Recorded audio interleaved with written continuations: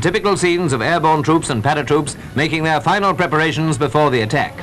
Scenes taken a few hours before General Eisenhower's communique number 1 told us that the second front had opened.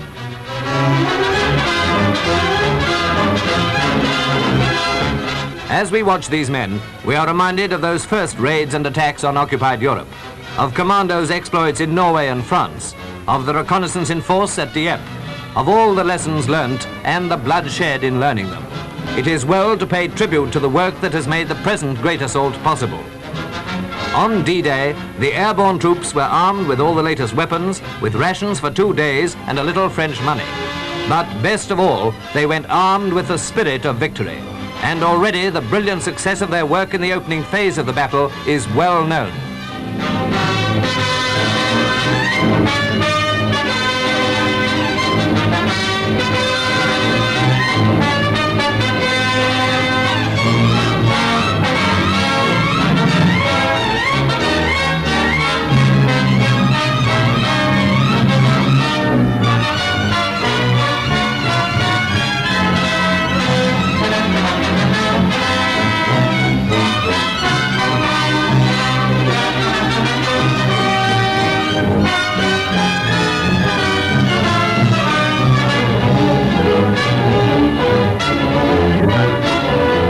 The embarkation of troops, men who were to be the first to land on the beaches while the airborne troops would be fighting further inland. And like the airborne troops, they were allies with a common purpose, the liberation of Europe. Men of the United Nations, with United Kingdom, American and Canadian troops predominating. Never before had such a vast number of ships been assembled. We shall see only a fraction of the Great Armada. Never before had such a vast three-dimensional task confronted the fighting services of Allied nations. 3 of the leaders seen after a final conference. The Supreme Commander with Admiral Ramsay, on whom a tremendous responsibility lay at this moment. And about to strike once more at his old enemy Rommel, whom he had hitherto always defeated, General Montgomery. Such were the last-minute scenes, and then the Armada was at sea.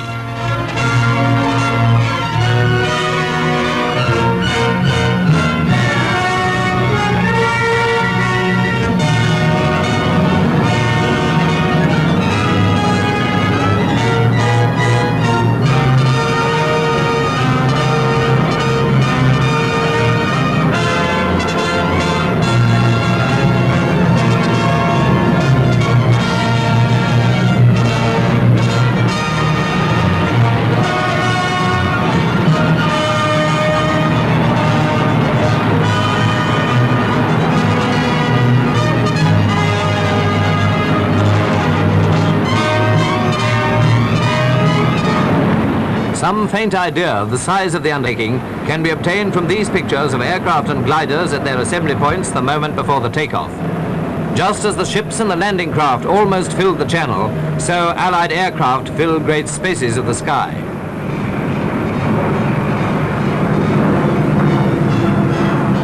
The Allied airborne divisions, trained to the last degree for this very moment, were off.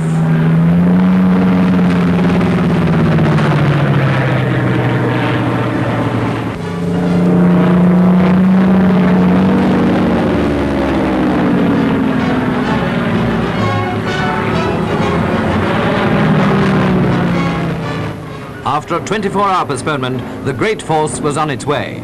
Airmen and airborne troops, looking down, saw the multitude of ships, craft of almost every kind, crossing over to France.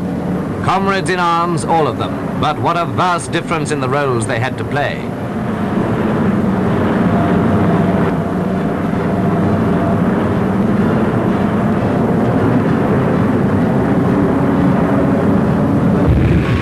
At sea, Minesweepers were the pathfinders. More than that, they were the path makers, sweeping the channels through which the Armada had to sail. And this is the actual offshore scene at the opening of the battle for the beaches.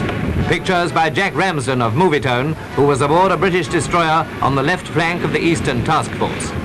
Landing craft and warships blasting the shore defences, coastal batteries replying.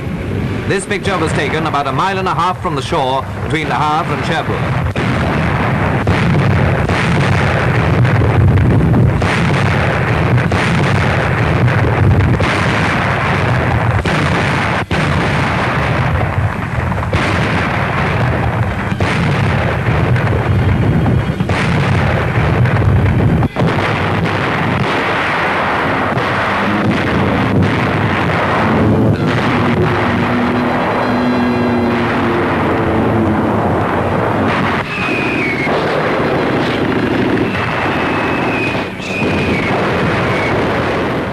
troops landed.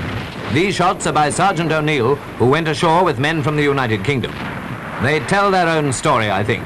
The story of how, 4 years after Dunkirk, 4 years after Hitler thought it was all over by the shouting, Britain came back.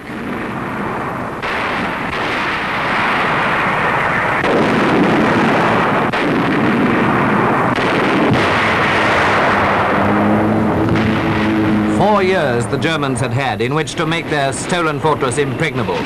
And even if some of their boasting had been bluff, it would be absurd to suppose that they had not taken into account the likelihood of landings here. But in spite of all their defenses and fortifications, Britain came back.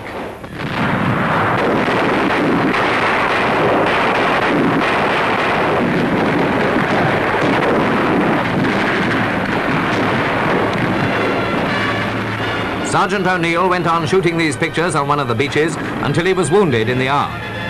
Casualties during the landings, we've been told, were less than had been expected. Men who were wounded received first aid on the beaches themselves, and many were swiftly evacuated.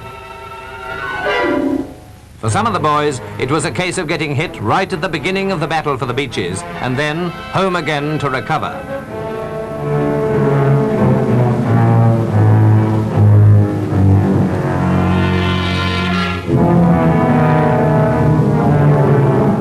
They've played their part, and a great one, in the opening of the second front.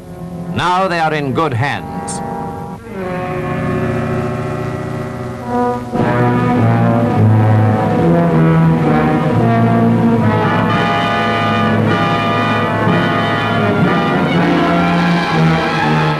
All this time, of course, troops had continued to pour into France following the brilliant success of the Allied landings. Here are more Americans on their way in. Fierce fighting lay ahead of them beyond the beaches. Rommel would undoubtedly counterattack. But the first phase, the securing of a foothold in France, was an Allied victory of the first magnitude. And one of the greatest factors in winning it was Allied mastery of the air. Air cover throughout the operation was magnificent, as it continues to be. Over the beaches themselves and far inland, Allied airmen have been flying thousands of sorties by day and night, protecting Allied forces, bombing and strafing the enemy, smashing his communications. Magnificent work has also been done by Allied warships, which have been dealing with attacks by German E-boats and other craft, as well as pounding German shore defenses and silencing battery after battery. In fact, a combined operation on the greatest scale ever carried out. The last scene is the scene on a beach taken by Sergeant Grant of the Canadian Army Film Unit. Canadians had formed the bulk of that reconnaissance in force at Dieppe. Now Canadians were back in France again. Theirs was a defensive role when first they came to Britain. How different now. Storming into Nazi-occupied France, securing the bridgehead and advancing inland.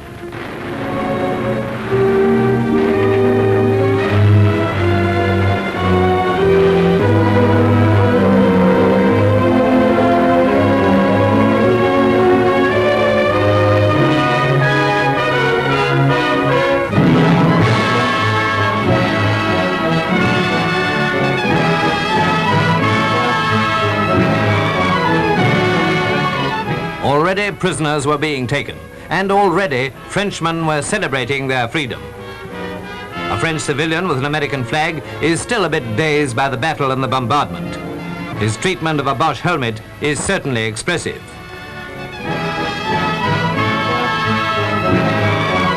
The little village of Bernieres, just a small seaside place, had been the scene of a grim battle, but the Hun had been driven out or killed or captured, and on the beach the two-way traffic continued. Troops and vehicles landing, German prisoners departing. After 4 years, freedom had returned to a strip of French coast. On the map, a small beginning perhaps, but by every standard of human endeavor, a superb achievement and an outstanding success. Godspeed all those who are fighting now to expand that freedom far and wide across the continent of Europe.